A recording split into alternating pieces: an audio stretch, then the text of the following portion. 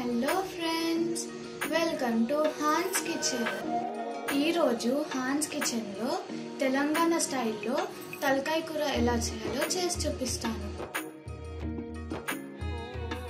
ముందుగా స్టవ్ మీద గిన్నె పెట్టుకొని గిన్నె వేడయ్యాక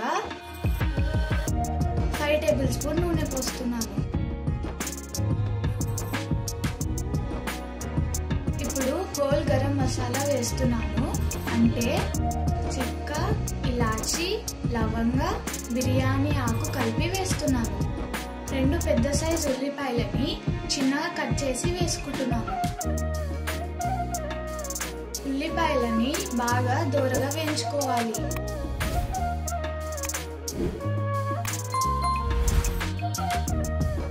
ఇప్పుడు పొడుగ్గా కట్ చేసుకున్న 5 పచ్చిమిర్చి, 2 రెబ్బల కరివేపాకు వేస్తున్నాను. ఇప్పుడు ఇదంతా మంచిగా కలుపుకుంటూ ఫ్రై చేస్తున్నాను.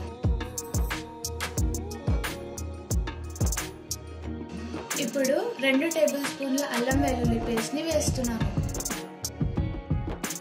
పచ్చివాసన పోయే వరకు మంచిగా కలుపుకుంటూ ఫ్రై చేసుకోవాలి. ఈ అల్లం వెల్లుల్లి పేస్ట్ ని అప్పటికప్పుడు నూరుకొని వేసుకుంటే ఏ కర్రీ అయినా చాలా టేస్ట్ ఉంటుంది. ఇప్పుడు 1/2 టేబుల్ స్పూన్ పసుపు వేసుకొని ఒకసారి మంచిగా కలుపుకోవాలి.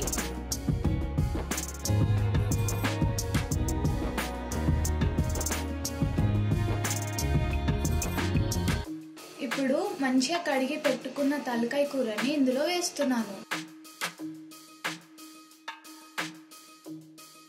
ఒకసారి మంచిగా కలుపుకుంటున్నాను.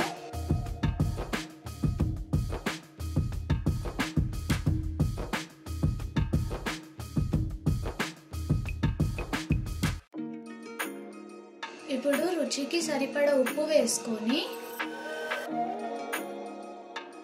మంచిగా కలుపుకోవాలి.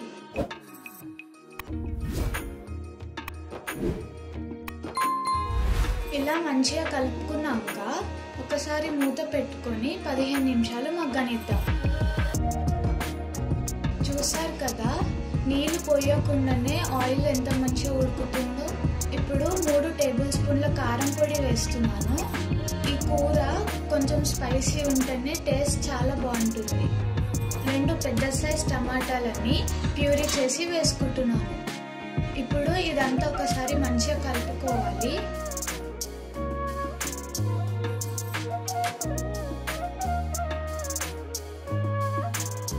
ఇప్పుడు మళ్ళొకసారి మూత పెట్టుకొని 5 నిమిషాలు ఉడకనిద్దాం. చూడండి, కారం కూడా ముక్కకి మంచిగా పట్టింది. ఇప్పుడు ఈ ముక్కలన్నీ మునిగే వరకు నీళ్ళు పోసుకోవాలి. ఇప్పుడు ఇదంతా ఒకసారి మంచిగా కలుపుతున్నాను.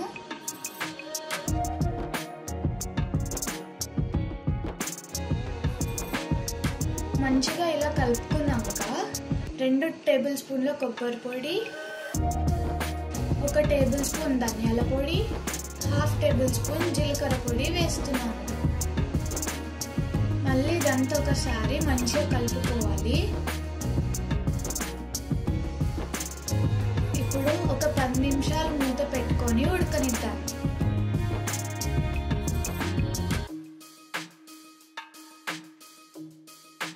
ఇప్పుడు 1/2 టేబుల్ స్పూన్ గరం మసాలా వేస్తున్నాను. ఫైనల్ గా కొత్తిమీరతో గార్నిష్ చేసుకుంటున్నాను. అంతే అండి, స్పైసీ తెలంగాణ స్టైల్ తలకాయ కూర రెడీ అయిపోయింది. మీరు కూడా ఇదే విధంగా ఇంట్లో ఒకసారి ట్రై చేసి ఎలా ఉందో కామెంట్ పెట్టండి. మా ఈ వీడియో కనుక మీకు నచ్చినట్లయితే హాన్స్ కిచెన్ ఛానల్ని లైక్ చేయండి, షేర్ చేయండి, సబ్స్క్రైబ్ చేయండి. మరొక వీడియోతో మళ్ళీ కలుస్తాను. బాయ్.